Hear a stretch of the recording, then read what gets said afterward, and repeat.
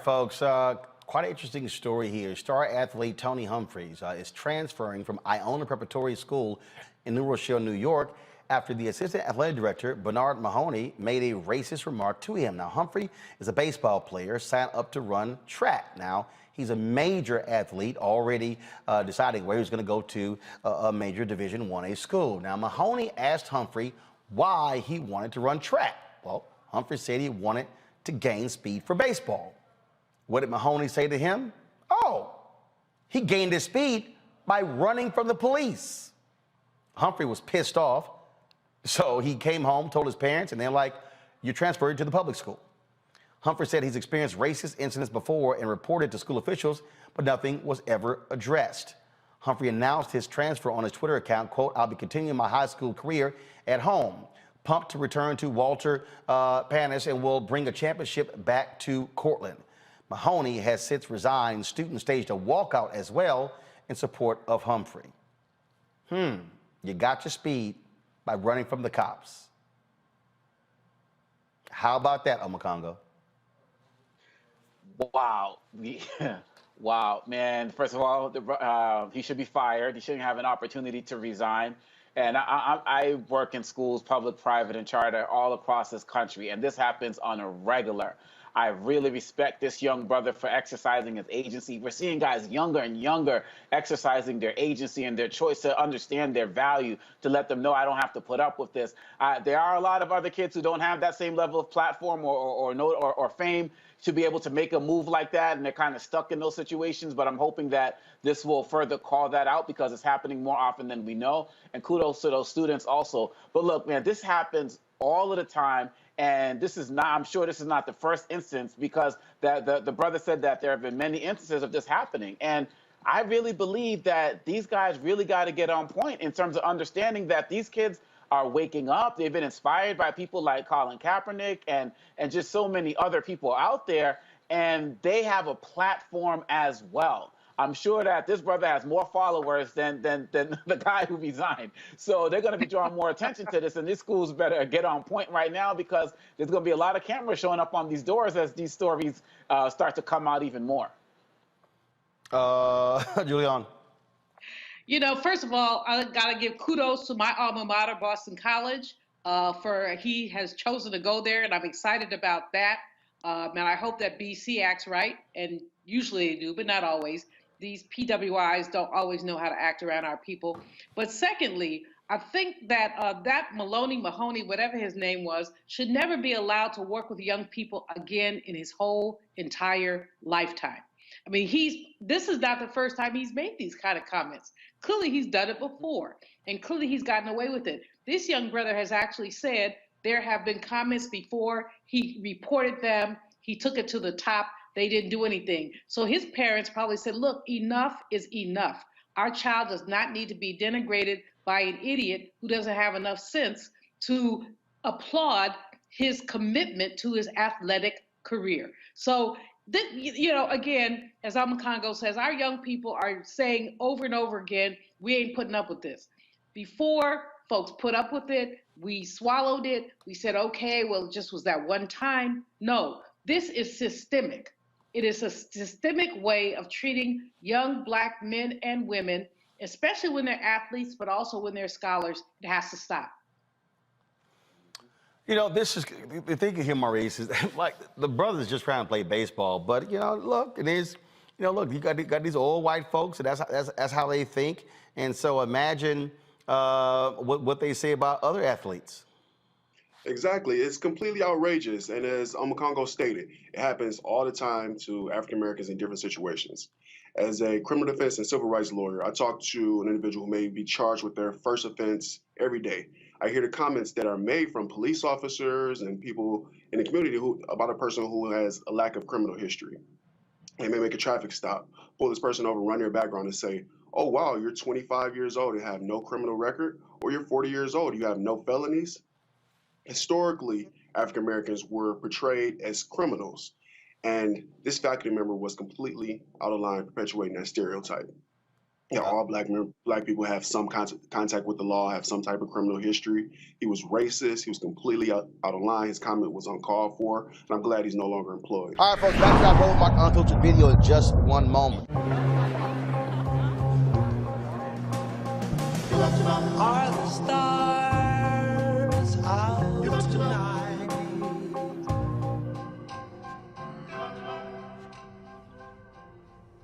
Alexa, play our favorite song again. Okay.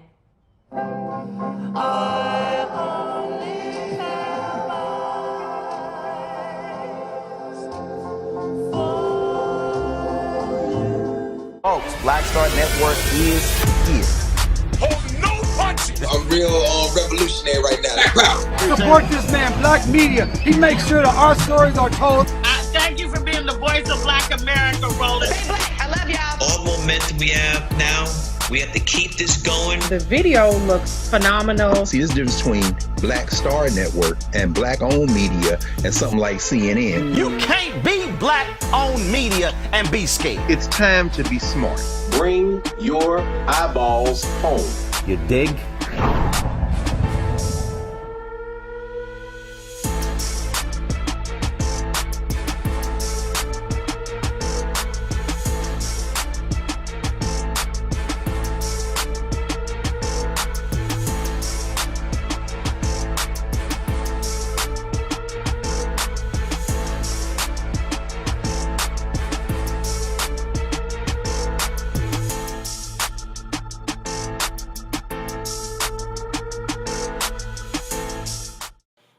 Now this story is quite interesting. He spent 39 years in prison for a crime he didn't commit. Now the man accused of raping Lovely Bones, author of Alice Sebold, has been exonerated. A New York judge cleared Anthony Broadwater of raping Sebold when she was a student at Syracuse University. Here's what happened during and after Broadwater's hearing. Sully these proceedings by saying I'm sorry, that doesn't cut it. This should never have happened. And I will say to Mr. Broadwater that I assure him that it will never happen again, that we will never let junk science into a courtroom in this county. I think, as Mr. Fitzpatrick has pointed out, Mr. Broadwater cannot get those 16 years back. But based upon my review of the motions and the representations of counsel, this court grants the defendant's motion. They take his conviction, and the indictment is hereby dismissed. Thank you, Judge. That concludes it. Thank you, Your Honor. Thank you, Judge. I couldn't help but cry. The relief that a district attorney of that magnitude would side with me concerning this case is so profound. I did everything I could do to always show people that, hey, I'm never that type of guy. I never could be that type of guy. A lot of doors been slammed in my face for jobs. She wanted children.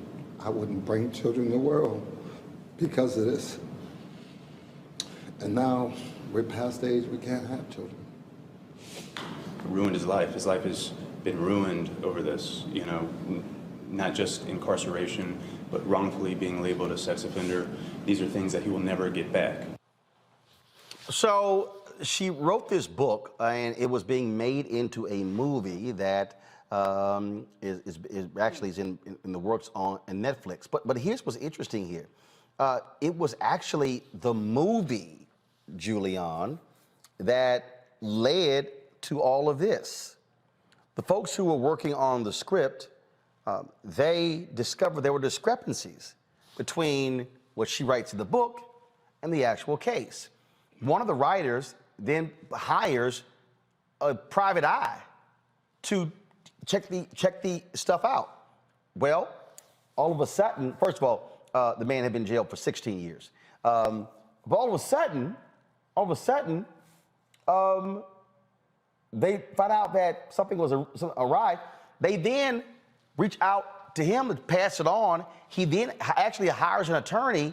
That is what actually led to this exoneration. Now, again, the man here, first of all, Broadwater, he went to prison. He was released from prison in 1998, okay? when he was 38 years old. But this has been over his head for all of these years, and he finally gets exoneration. But it was the movie, the Netflix movie, that actually led to this. And as a result of the exoneration, the actor, Victoria Pedretti, she's dropped out of the movie. A previous executive producer also dropped out of the movie. She was supposed to play Alice Sebold. She says can't do it now because of this. And she's absolutely right. Who wants to play a lying piece of you-know-what who caused a man 16 years of his life? When he was crying, I want to cry too. He has lost so much. And, you know, white women clutching their pearls and putting their fingers on black men, it's got to stop. I didn't read her book, and I wouldn't read it if somebody sent it to me. I think that this is just disgraceful. But and a widely noted author, I mean, perhaps she was mistaken, but she's held by this story, turned it into a book, turned it into a revenue source, turned her fake rape with her false accusation of this black man into a revenue source. Netflix needs to trash this movie. Her royalties need to go to this brother. This is more egregious than anything I could possibly imagine. So what happened here was that she identified him in court, even though identifying someone else earlier. Mm-hmm. That right there, Omakongo, and again, as they began to look into this, they said, look, there's just way more problems with this. She really couldn't identify who committed the rape, but it got pinned on him. At the time, a 22-year-old Marine. Man, just like Dr. Malvo said, I wanted to cry too watching that. And we could, I'm just thinking about the failures of the court system, that it would take somebody working on a movie to see some discrepancies that this court couldn't find. And why couldn't they find it? Because this was another throwaway brother who nobody cared about, despite his military experience. People always want to go down when they get these particular suspects. Oh, they got a record. Oh, they served time, or they dropped out of school, whatever. This man was in the military, you know, a veteran, 16 years of his life, and having to live that life. I know people who've had to go through the whole thing about coming out of prison for crimes they committed. I don't know anybody who's been on the sex offender registry, but to be on that in addition to already being an ex-convict, it is ridiculous. And somebody needs to come off some serious paper, because this brother has lost the opportunity. I'm thinking about my own kids right now. He's lost the opportunity to do that, right? He's lost the opportunity to raise a family, do things for the community, further serve his country, because he was in the Marines. And yes, Netflix needs to scrap this, but again, it shows how our judicial system just threw another brother away. And I'm hoping that he's going to get some form of justice for this, because there's so much of his life he just can't get back. What is interesting here is that the producer, Timothy Mucciante, this is what he said. The script was very good, but it didn't track the book as closely as I would have preferred, and that just made me wonder, why is that? Why do we have to gloss over these facets of the book? I was actually fired from the film because I was not cooperating with everyone. Some of the reports indicate that I left the film based on this, but they fired me as executive producer, and frankly, I was a bit relieved. There was so much angst about these issues. Now, the actor who was supposed to play Broadwater called and made it clear, as you see right here, he did not want the part anymore.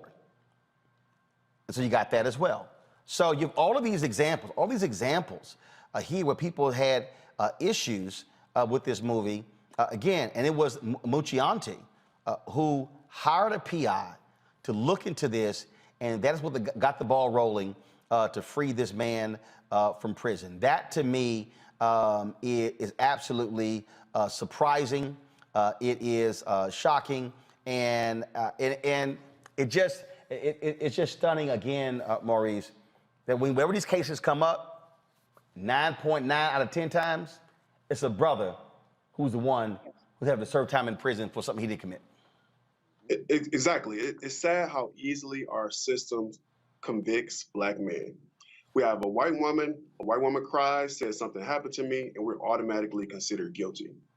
But the important thing that the country has been doing is we've been getting progressive prosecutors elected from all over the country.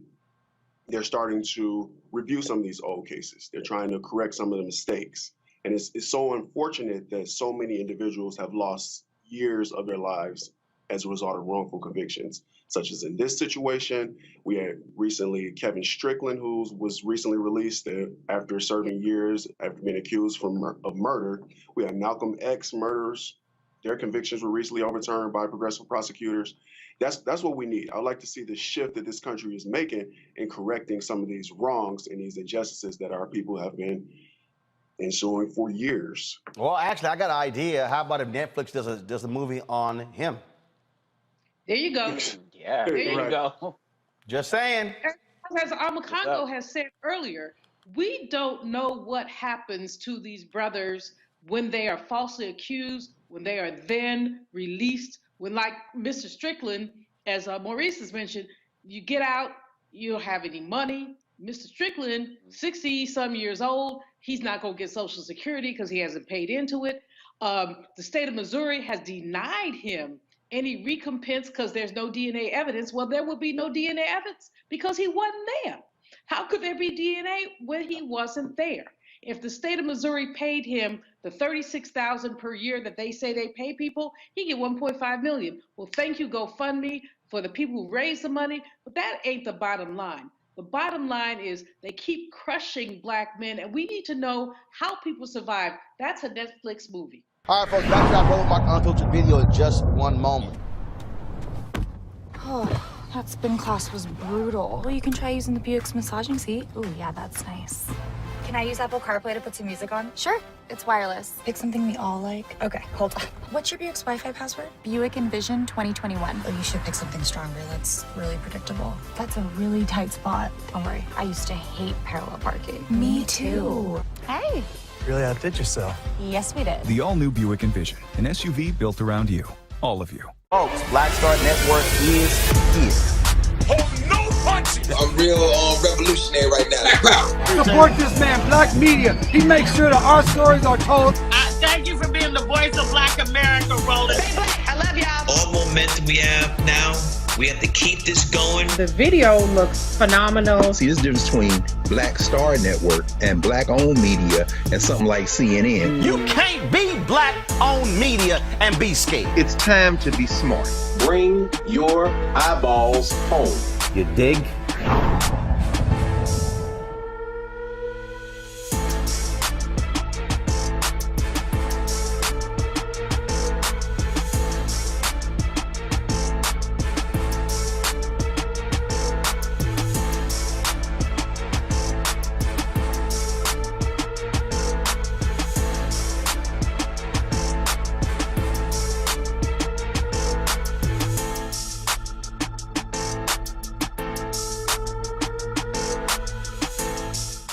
No charcoal grills are allowed. I'm white. I got you, girl. Yeah, illegally selling water without a permit On my property. Whoa! Hey! You don't live here. I'm uncomfortable. Oh, goodness. In Tennessee, a group of white parents, called for the removal of a book about the life of, yes, Reverend Dr. Martin Luther King Jr. This is the first complaint filed under Tennessee's new anti-critical race theory law.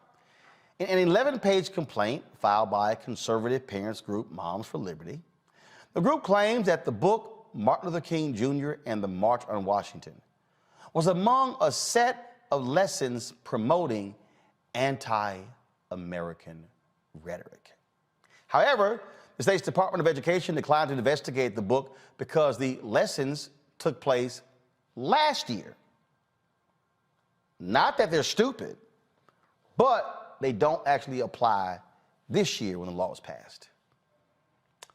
Amisha, people have to understand, and this is precisely when, at Fool Christopher Rufo and all them people who sit and talk about anti-critical race theory, the issue was not critical race theory, which is only taught in law schools and not taught anywhere else.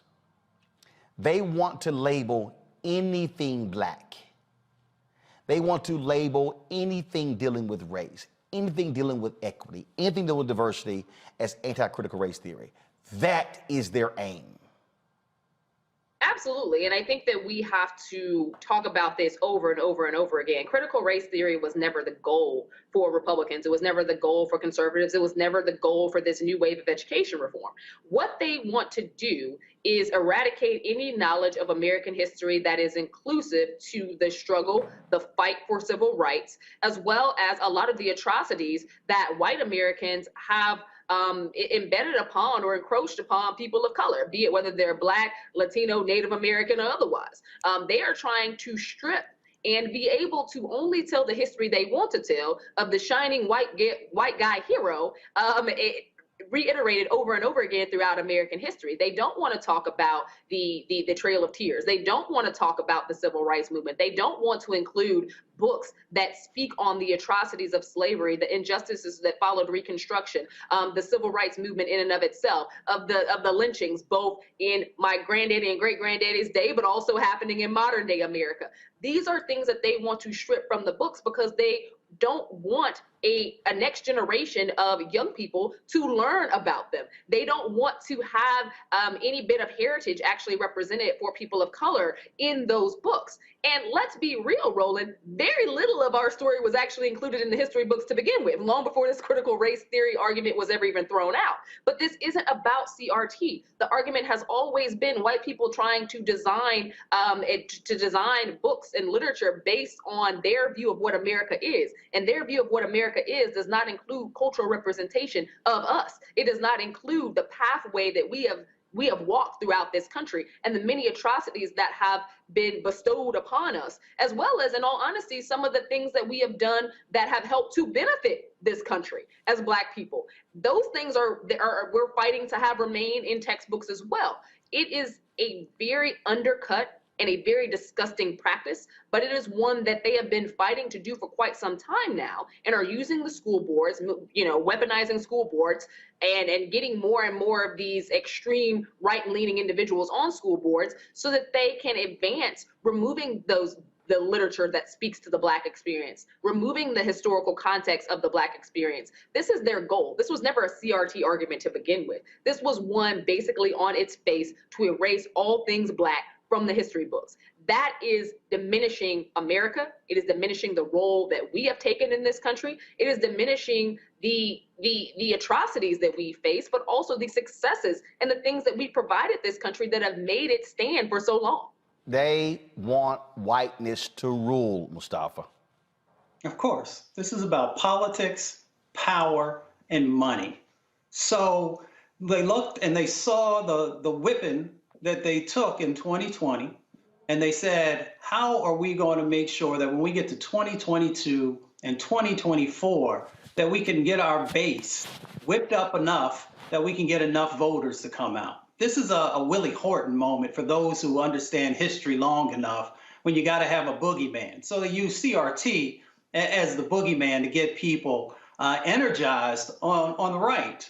And if you don't call that out, then you're not really thinking through this whole process.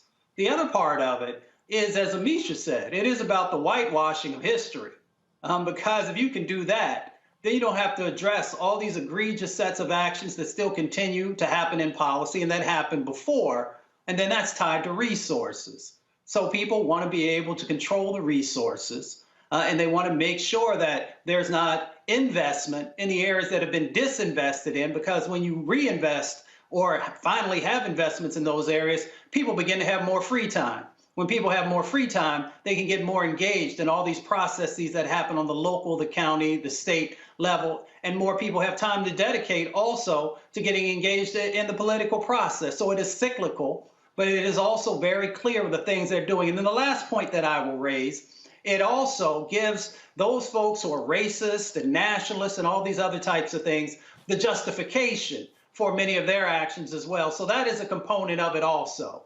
So it is all those things coming together and how they're trying to utilize CRT to justify their sets of action. All right, folks, back to that roadblock unfiltered video in just one moment.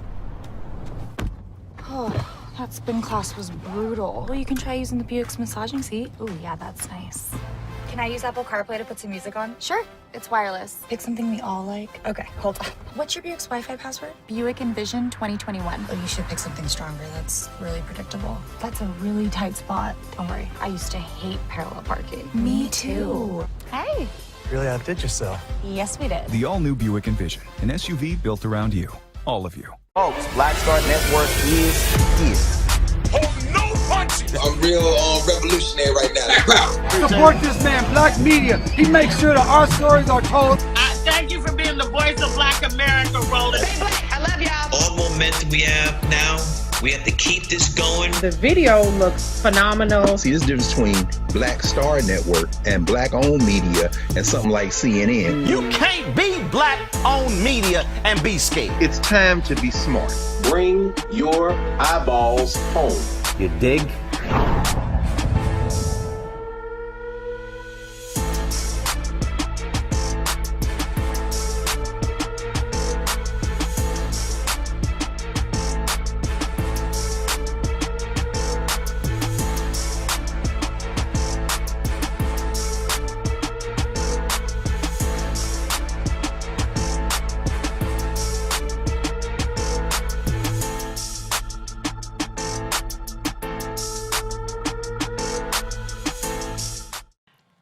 Second high-profile departure from Vice President Kamala Harris' administration. Chief spokesperson and senior advisor Simone Sanders will be leaving her post at the end of the year. Sanders worked on the campaign trail to get President Biden and Vice President Harris elected. She previously worked with the Bernie Sanders campaign when he campaigned for president. Simone Sanders did not provide a reason for her leaving in her farewell note to staff. Some political observers find it ironic Sanders' leaving came on the same day Stacey Abrams launched her campaign for Georgia governor. Communications Director Ashley Etienne left last month to pursue other opportunities. I want to welcome my panel, who I know has plenty to say about this and other matters. First, ladies first, Reese Colbert, welcome, founder of Black Women's Views. Hi there, Reese. Hey, Monique, looking good. Dr. Greg Carr, thank you, girl, thank you. Dr. Greg Carr, Department of Afro-American Studies at the Howard University, HU. Greetings, Dr. Greg. You know, good to see you, Monique. You're holding it down well. Thank you. And Faraji Muhammad, the one and only radio and TV host. Welcome, welcome, bro.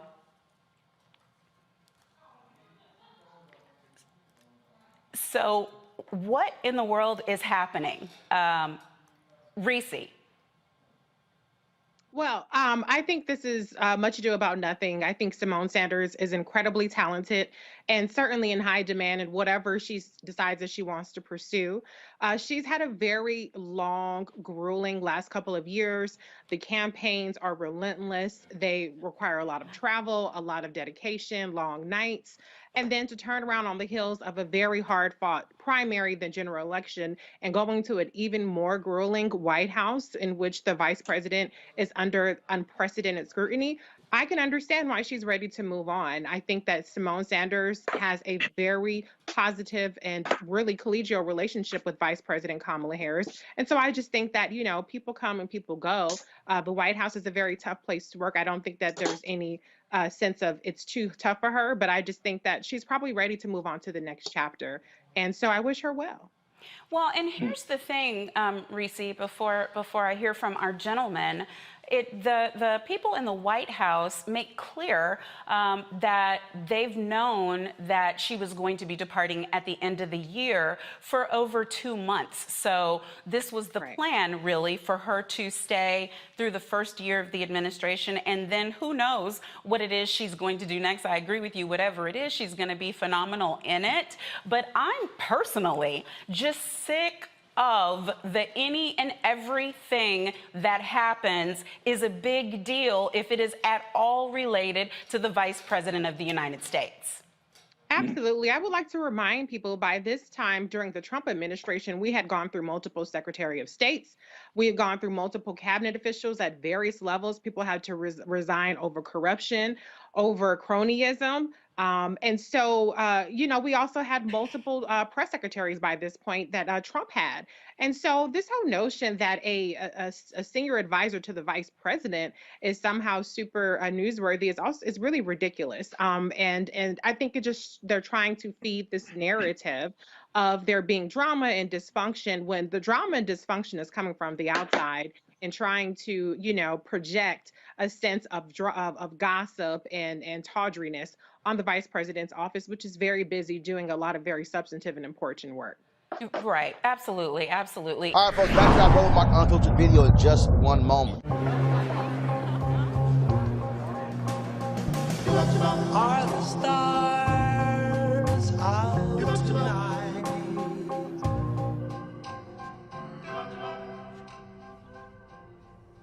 Alexa, play our favorite song again. Okay.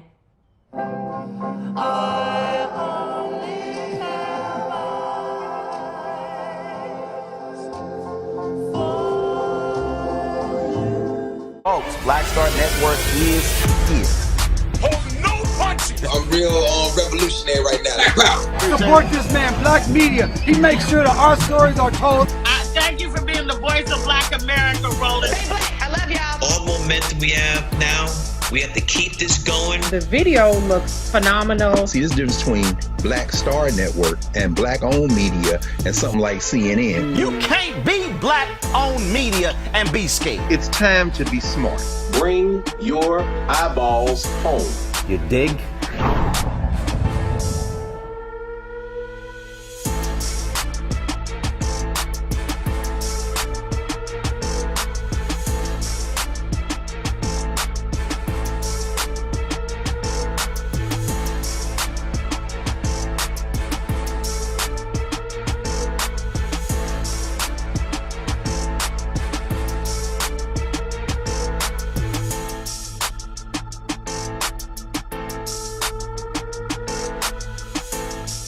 In Arizona, the cop who shot and killed a Walmart customer in a wheelchair is out of a job.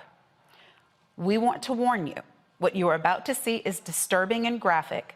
If you have any children in the room, this is the time to ask them to leave. You are about to see what happened when Tucson officer Ryan Remington was working an off-duty job as a security officer Monday night at a Walmart when 61-year-old Richard Lee did not obey his command not to enter the store. Bravo 18. You sent me an 84. I have a male suspect that just shoplifted. Knife in front of him. He pulled a knife on me. He's currently westbound in the parking lot. I need an additional unit to Bravo 18 at 1650 West Valencia Road. We're going to be 1039. Bravo 18. Copy. It's white male, flannel t-shirt, white hat. We're in front of the DD's discount. And Bravo 18. We're currently northbound on Oak Tree going towards the Lowe's. And Bravo 15 to 1U5. He's confronted by loss prevention. He pulled the knife on loss prevention while I was right there. And Bravo 18. We're on the east side of Lowe's in the parking lot, so we're just west of Oak Tree. Still going southbound.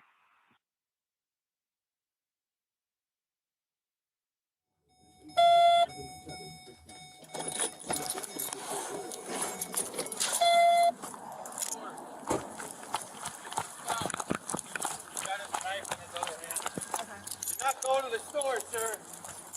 Stop now. You need to stop.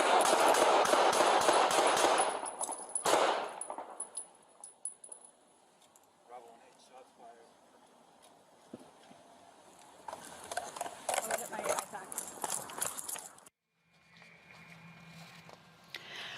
Tucson Mayor Regina Romero said Remington's actions were unconscionable and indefensible. Remington's attorney said the department's overview of the case is only half the story. The Pima County Attorney's Office is now reviewing the incident. I think they probably mean the crime. Okay, going to the panel. Where do we even start? Where do we even start? Faraji, are you still regrouping from what we just saw? I'm trying to figure out where he was a threat. I mean, he's 61 years old. Second, he's in a wheelchair. So how is this man a threat to two able-bodied police officers? I mean, he didn't just shoot one time, Monique. He shot this man 7 times. And that's the problem. That's what I'm saying. This is not rocket science. I mean, you could say, sir, fire a warning shot or something, or use your taser or something. But the man is literally in a wheelchair. And you shoot him that many times because he's rolling into a Lowe's with a knife? You mean to tell me, as a police officer, you can't get a knife from a man in a wheelchair? You are a whole bitch. You are a coward. Yep. I mean, I got nothing. I don't know what to say about it, Reese. Well, a shoplifting shouldn't result in an execution, a parking lot execution. This is basically the cop. I'm going to steal Dr. Carr's word, hunting. It's ridiculous that something like this escalated to that level, but these cops know that they can get away with it, or they believe that they can, but it's unconscionable. I understand that, he said, if you're going to get this knife away from me, you have to shoot me. That's not a dare, even if he was being a little bit belligerent, you're not supposed to, in this country that we supposedly have laws, get to execute a man for shoplifting. I mean, it's ridiculous, but this is the culture of the police that we have and the policing we have in this country. Yeah, I mean, and they claim furtive gestures. They claim, and I'm sure we're going to hear something about in defense of others. I mean, it's. Greg, go ahead. No, I agree. And Reese, you didn't steal that. I mean, that's what it is. They're hunting. They are hunters.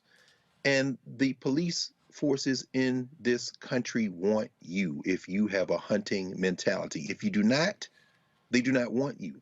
There are many law enforcement officials in this country who don't have a hunting mentality, and they are under constant persecution, as we saw with your brother in Louisiana, who they ran out of his job because he wanted to be a human being and not a hunter. The 10th juror seated today in the Potter trial. I was, again, listening to Professor Porter, who was narrating. This is a white man who said that he considered becoming a member of the police force, but then he said, I thought about it and I said, I was afraid that one day I might have to use my gun. So I decided not to. He also said in his questionnaire, his juror's questionnaire, that he didn't understand how a cop like the woman who shot Dante Wright, Potter, could mistake a gun for a taser when in fact she should have the muscle memory born from years of being on the force. What we saw right then was a premeditated murder by a hunter who set it up by saying into his little shoulder with all his courage, knife. So as you said, Monique, he's setting up the murder. And then we watched him empty 9 shots into a man in a chair who then slumped over and died. That is not going to stop in this country until we stop it.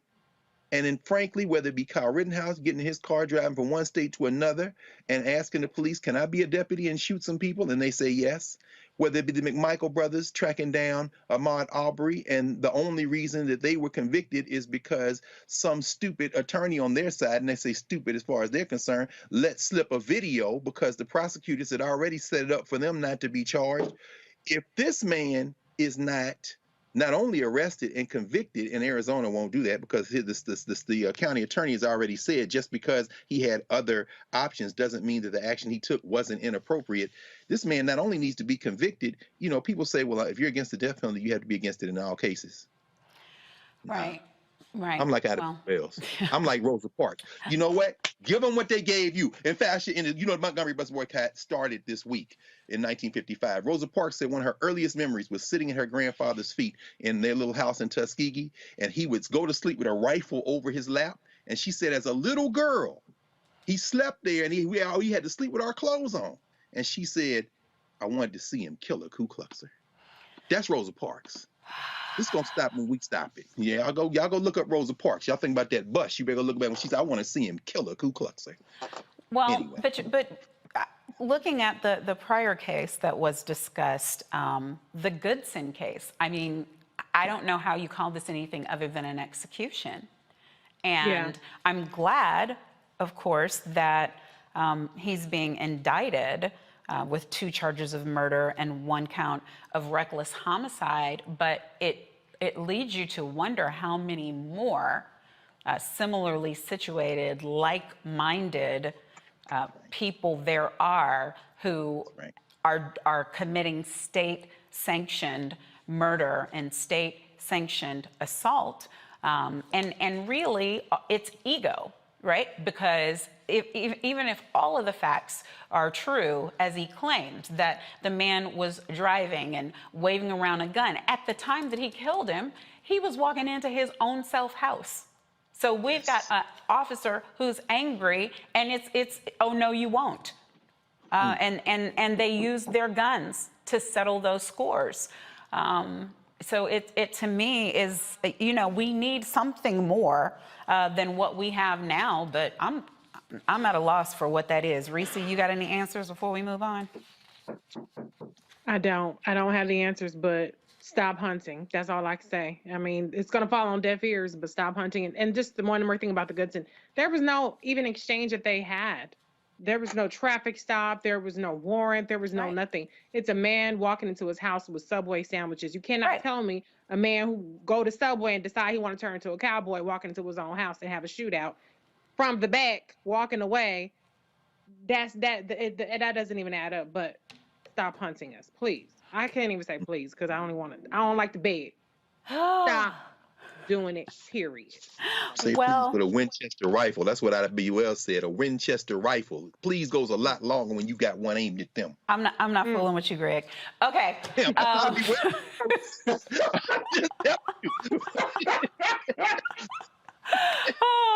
We were not providing you all suggestions. This is just Dr. Greg philosophizing, leaving some food for thought. It wasn't a directive. No, but Monique, well, IWL, lynch law in all its phases. Y'all look it up. That's not me talking. Lynch law in all its phases. Winchester rifle. Look it up for yourselves. All right, folks, back to our Roland Mark Unfiltered video in just one moment. Once upon a time, there lived a princess with really long hair who was waiting for a prince to come save her. But really, who has time for that? Let's go. Feeling myself. I'm feeling She ordered herself a ladder with Prime one-day delivery, and she was out of there. I want some hood girls looking back at it and a good girl in my tax bracket. Now, her hairdressing empire is killing it. And the prince? Well, who cares? Prime changes everything. Folks, Black Star Network is here. Oh, no punching! I'm real revolutionary right now. Support this man, Black Media. He makes sure that our stories are told. Thank you for being the voice of Black America, Roland. Stay black. I love y'all. All momentum we have now, we have to keep this going. The video looks phenomenal. See, there's a difference between Black Star Network and black-owned media and something like CNN. You can't be black-owned media and be scared. It's time to be smart. Bring your eyeballs home. You dig?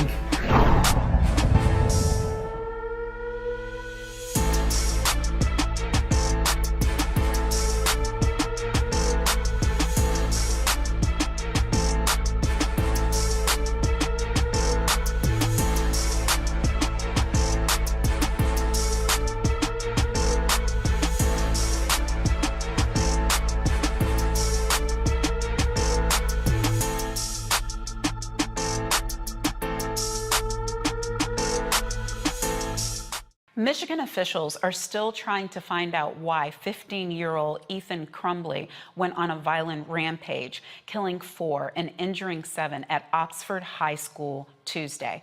Crumbley, charged as an adult, is facing several charges of terrorism, murder, assault, and possession of a firearm in the commission of a felony. The school administrators met with Crumbley's parents about what his teachers described as disturbing behavior Monday and Tuesday, just hours before the shooting.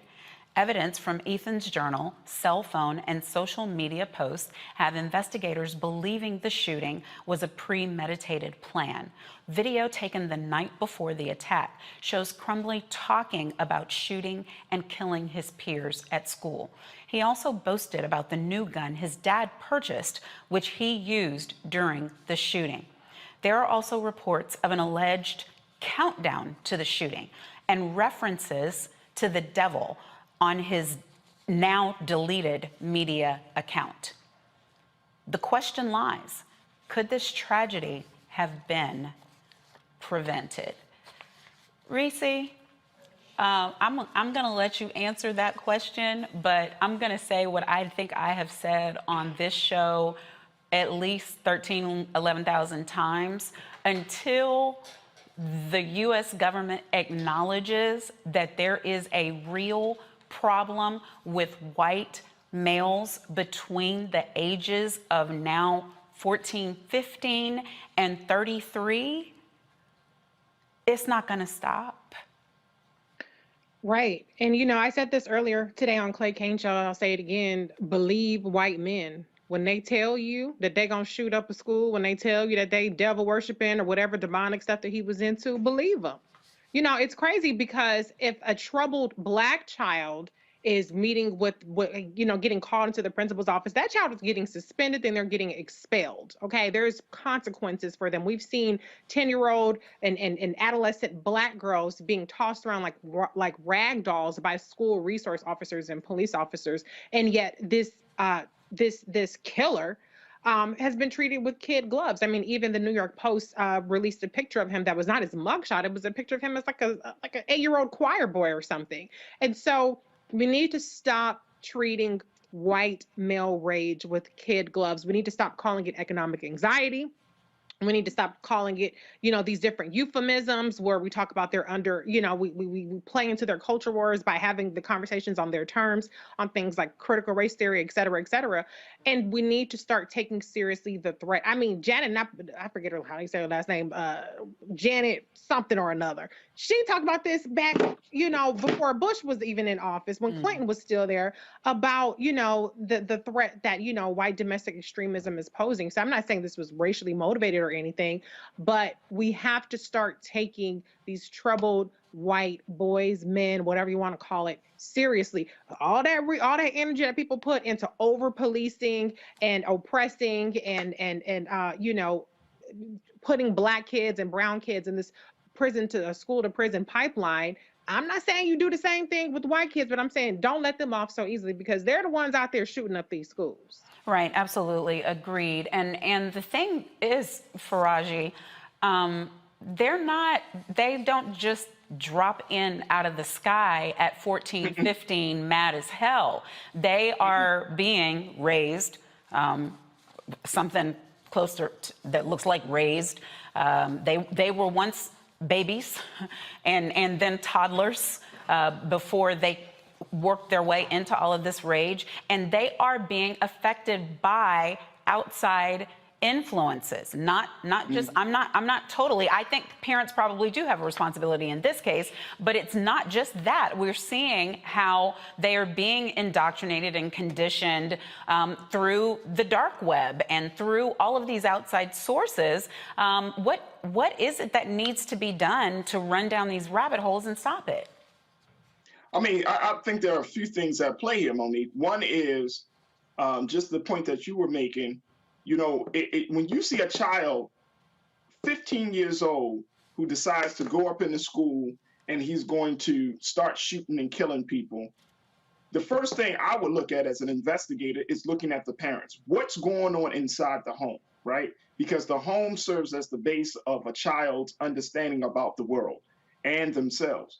So that's the first thing. So I think that conversation about parents and responsibility, no parent, we can say, oh no, we would never raise our children to be killers. But even in the Black community, we expose our children to too much grown-up stuff in terms of violence, in terms of not being able to properly resolve conflict, in terms of teaching Black boys and Black girls that you can't express yourself, don't cry, and all of this garbage that we send, right?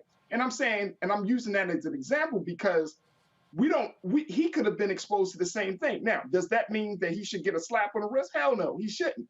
Because at 15 years old, a baby knows the difference between right and wrong. So by the time you get to 15, you know what you're about to do is either right or wrong. Going up into a school and shooting people, that unless you are a sociopath, then your brain should register and say, you know what, this may not be a great idea. So when we have that conversation, but I also want to have the discussion about the fact that this is not just about guns. Please, let's not make this about guns, because we know white media often says, uses that excuse. Well, access to guns, the gun policies, gun laws needs to be stricter. Don't they? That's not the don't they? Yeah. I mean, yes, but at the same time, I mean, are they wrong? I'm just checking, just checking. No, I'm not saying it's wrong, but this kid didn't get the gun off the street. He got it from his parents, who for some reason did not teach him certain things. Now, again, we don't know if this child is a sociopath or psychopath. What we can only speculate.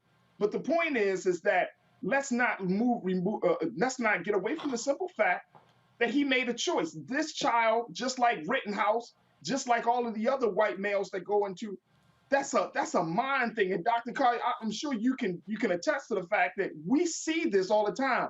And what we're seeing right now is that we're seeing white men and boys who are feeling threatened, who feel like they're losing power, are losing their minds right now.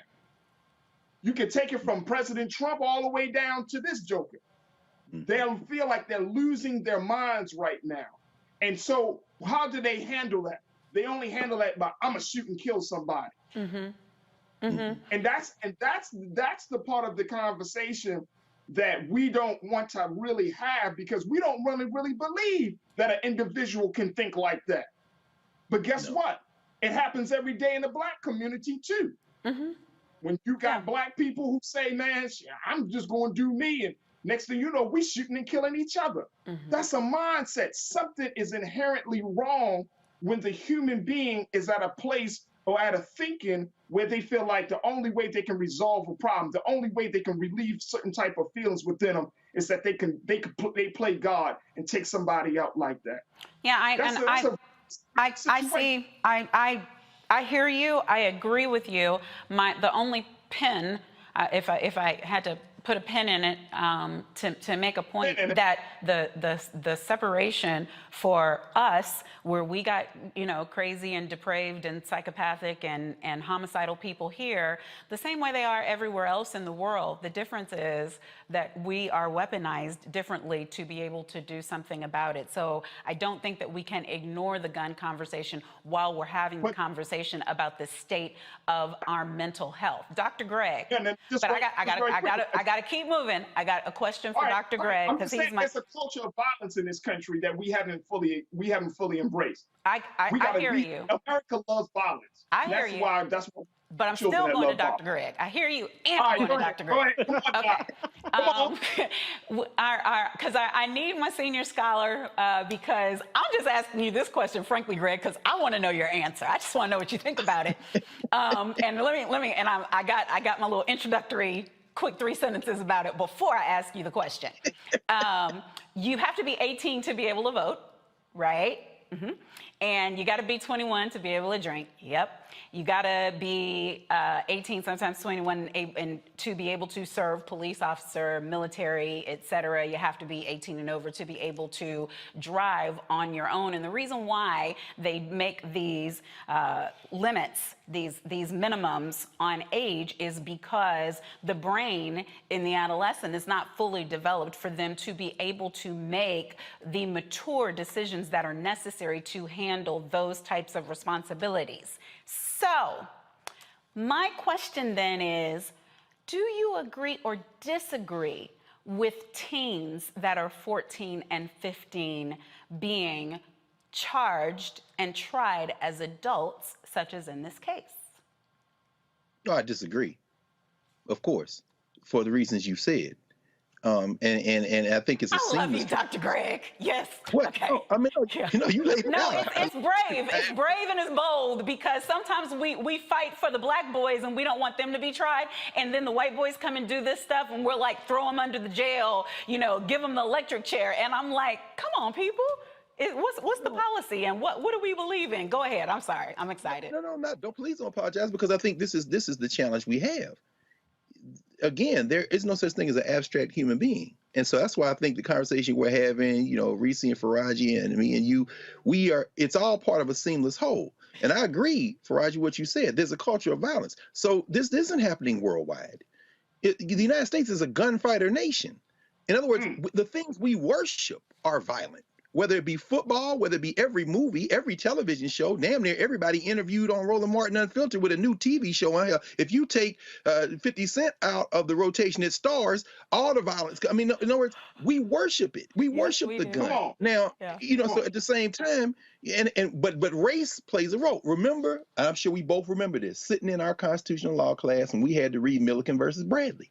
That was a 1974 case where they said the Detroit public schools are segregated, so we're going to loop in 85 surrounding school districts and allow busing into those districts. And Supreme Court struck down the Sixth Circuit and said, you can't do that. Well, Oakland, Michigan is about halfway between Detroit, 40 miles out of Detroit, and just about 40 miles south of a little place called, what's the name of that place? Oh, I can't think of the name of the county right now, but it's the county where, remember this guy, Terry Nichols? Lapeer, Michigan. Terry Nichols was with the Oklahoma bomber, Tim McVeigh. People talk about Timothy McVeigh, but Nichols was from a place in Michigan about 40 miles north of the place where this white boy shot up. Now, what does that have to do with what we're talking about right now? Violence. We're immersed in this violent culture in the United States. When it's around black people, they put metal detectors in the schools. I worked in the Philadelphia Public Schools one time. There's this Chinese young lady, a sophomore in high school. We had a Philadelphia Freedom Schools meeting, 300 some students, Chinese students, Latinx students, black students, white students. And this child got up, she went to girls' high, and she said, until they put metal detectors in girls' high school, one of the top public high schools in Philadelphia, you should take them out of all of the other high schools where my peers go to school, because you've racialized this violence as if we somehow won't be violent because we're different race or different class. Now, when you put that together, I agree with you, Faraji. You've got people in rural places like Lanier, Michigan, where the guy Nichols is from. Roy's on the farm, think something's being taken away.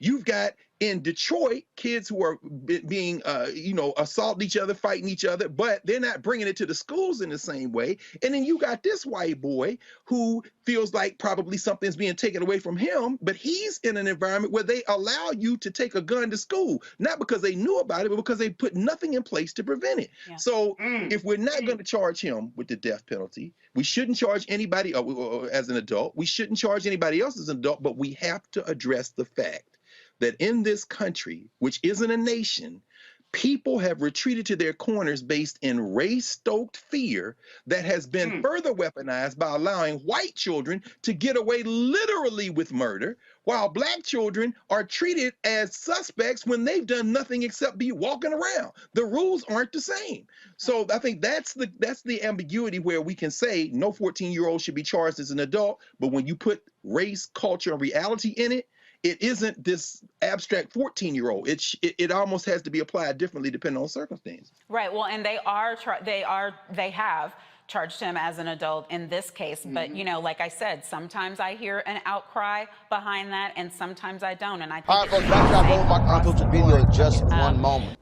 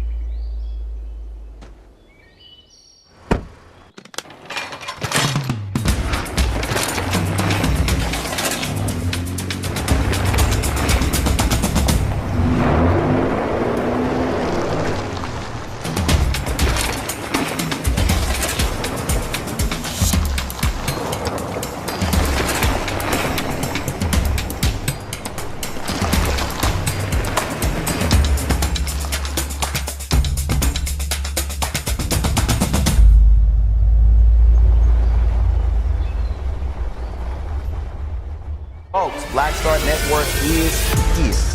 Oh, no punches! I'm real revolutionary right now. Support this man, Black Media. He makes sure that our stories are told. Thank you for being the voice of Black America, Roland. Stay black. I love y'all. All momentum we have now, we have to keep this going. The video looks phenomenal. See, there's a difference between Black Star Network and black-owned media and something like CNN. You can't be black-owned media and be scared. It's time to be smart. Bring your eyeballs home. You dig?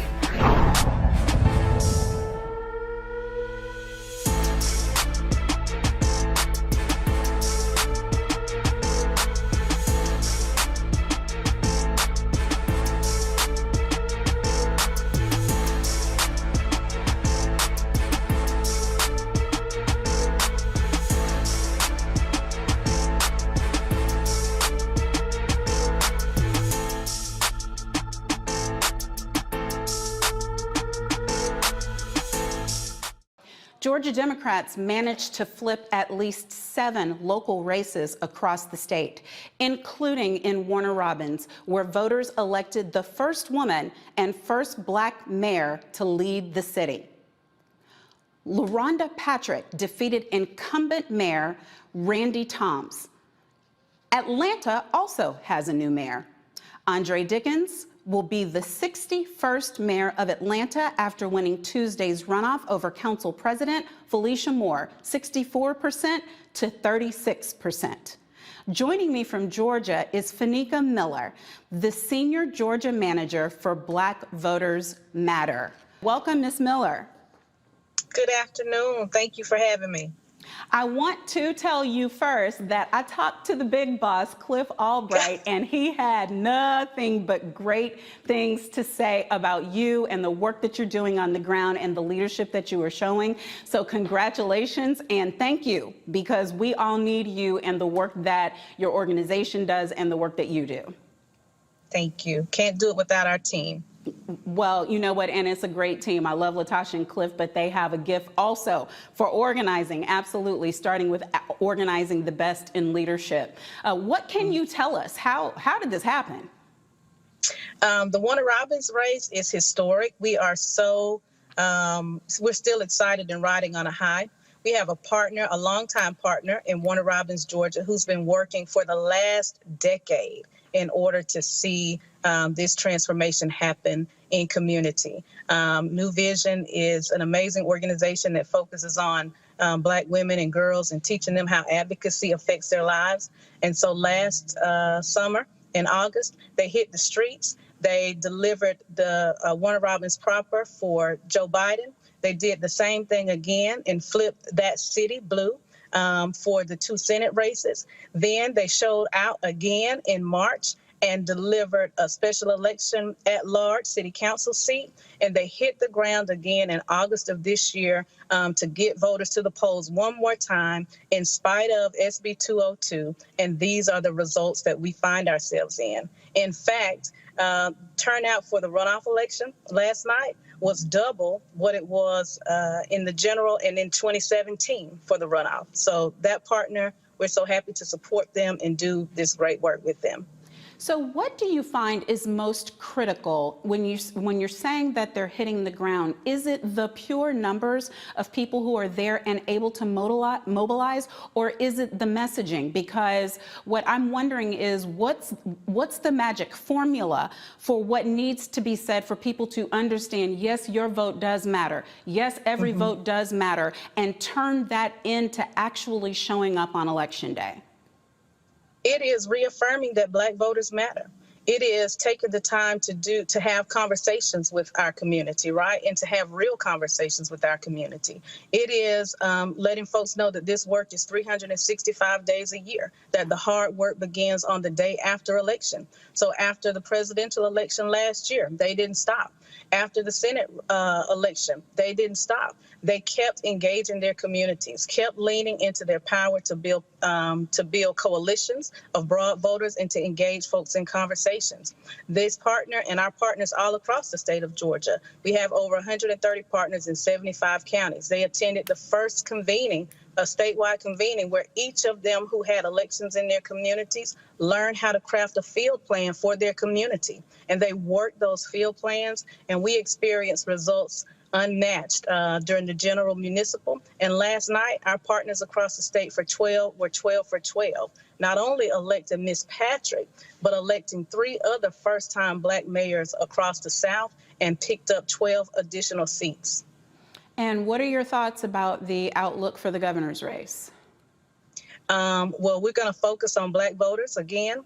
We're going to talk to our people. We're going to talk to them about the issues, make sure that we're connecting the dots, and we hope that that resonates. Again, we are so grateful to see Leader Abrams toss her hat into the ring again, but we don't coordinate with candidates. We don't work on behalf of candidates. We work on behalf of the millions of Black voters across the state of Georgia on their bread and butter issues. Because at the end of the day, we have to hold all of these elected officials accountable to making sure that they deliver results so that everybody can have a good quality of life.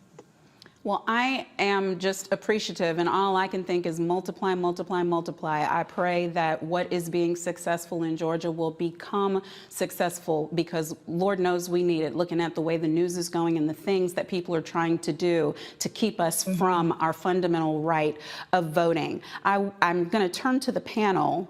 First, we have someone from Georgia on the panel. And Pastor May, do you have a question for Ms. Miller? Well, yeah, Ms. Miller, first of all, let me say thank you for the work of your organization and what you're doing around the state. Look, so excited to hear about what is going on around the state of Georgia outside of the metro Atlanta area, which is great as well. You know, last night we had a city of Atlanta mayor's race, and I was excited about the results because my candidate won. What I wasn't excited about was the voter turnout, both in the general election in November and on last night. It just seems to me that the voter excitement is not as high as it should be.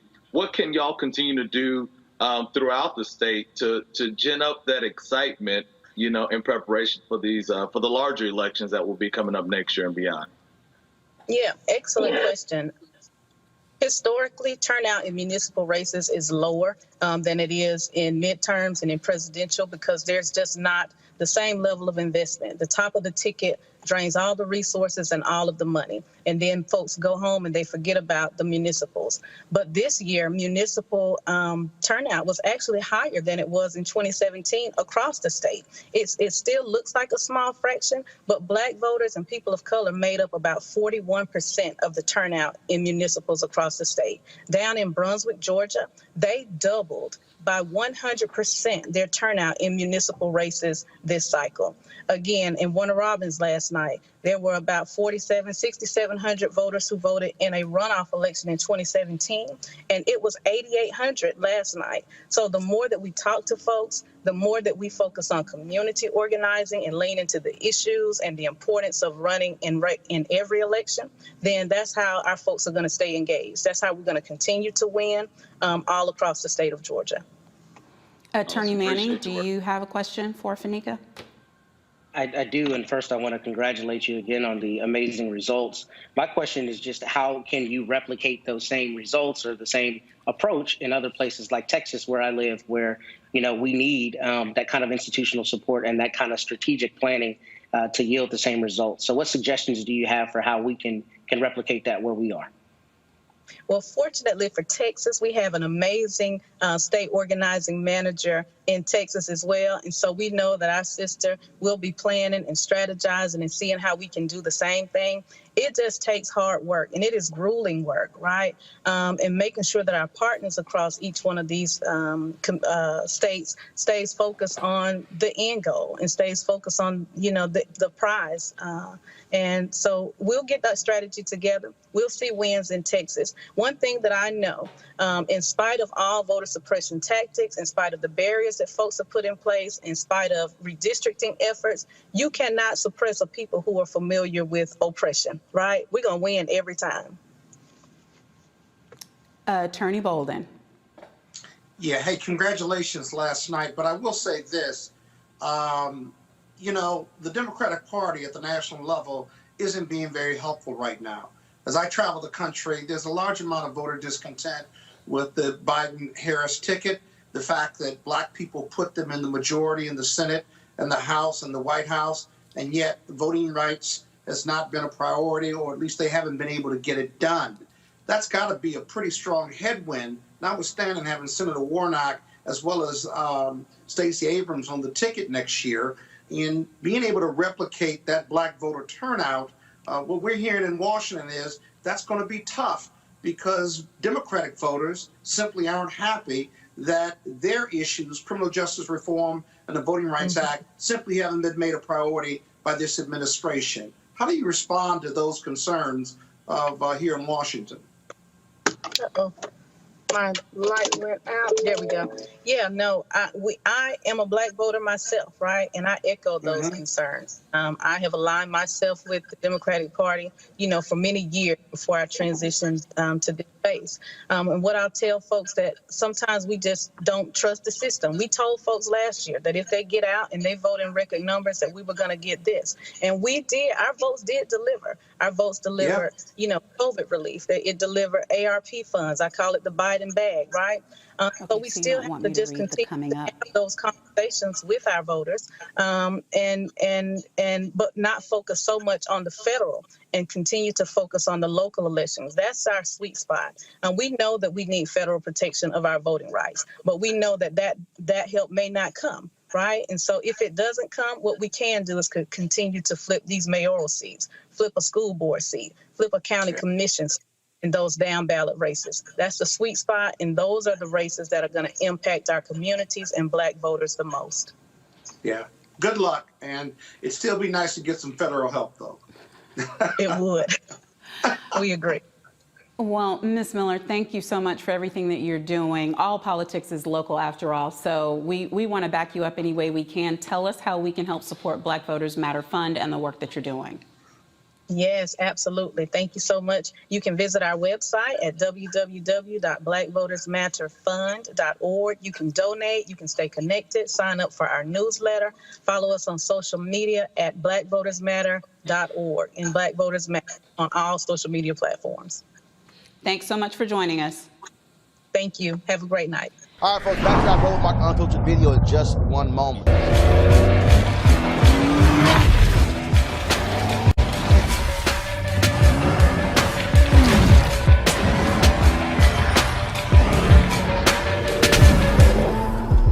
Folks, Black Star Network is here. Oh, no punches! I'm real revolutionary right now. Support this man, Black Media. He makes sure that our stories are told. Thank you for being the voice of Black America, Roland. Stay black. I love y'all. All momentum we have now, we have to keep this going. The video looks phenomenal. See, this difference between Black Star Network and black-owned media and something like CNN. You can't be black-owned media and be scared. It's time to be smart. Bring your eyeballs home. You dig?